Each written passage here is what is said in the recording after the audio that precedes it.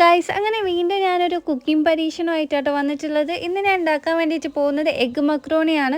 അതിനായിട്ട് ഒരു പാത്രത്തിൽ വെള്ളം തിളപ്പിച്ചിട്ട് അതിലേക്ക് നമ്മൾ മക്രോണി ഇടുക. അത് വേവിക്കാൻ വേണ്ടിയിട്ടാണ് കേട്ടോ. അങ്ങനെ വേവിച്ചെടുത്തിട്ടുണ്ട്. അടുത്ത വെള്ളമൊക്കെ കളഞ്ഞിട്ട് പിന്നെ ഒരു പാൻ വെച്ചിട്ട് അതിലേക്ക് കുറച്ച് വെളിച്ചെണ്ണ ഒഴിക്കുക കേട്ടോ. അത് ചൂടായിട്ട് വരുമ്പോൾ നമുക്ക് വെളുത്തുള്ളി ഇടണം, ചെറുതായിട്ട് അരിഞ്ഞത്.